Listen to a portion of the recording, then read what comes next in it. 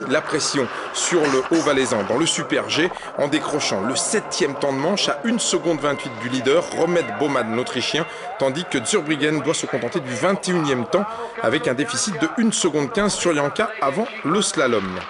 Entre les piquets cet après-midi, Zurbriggen se bat comme à son habitude malgré le handicap de son grand gabarit et il fournit un passage de haut rang en signant le 4e temps de manche devant excuser du peu des garçons comme Liesroux ou Reich, pourtant grand spécialiste.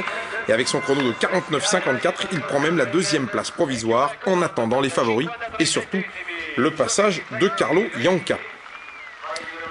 Le problème pour ce brave Sylvain Zurbriggen, c'est qu'il y a dans cette équipe suisse cette saison un garçon au nerf d'acier et qui cet après-midi encore a justifié son surnom de Iceman. C'est bien sûr de Carlo Janka dont on parle. Grande révélation de l'hiver chez Swiss Ski, comme Daniel Albrecht l'an dernier, qu'on salue d'ailleurs Daniel Albrecht. Janka spécialiste de vitesse mais qui va skier avec la tête entre les piquets, histoire d'aller chercher un 49,90 synonyme de 3e place au final.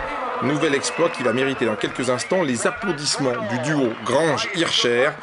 Quand on sait qu'à 22 ans, Janka décroche un premier globe de cristal après ses 2 médailles aux mondiaux et ses 2 victoires en Coupe du Monde cette saison.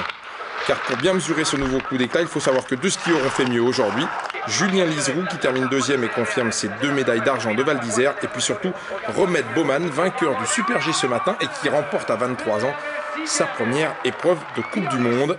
Et on va découvrir un très beau podium avec 3 jeunes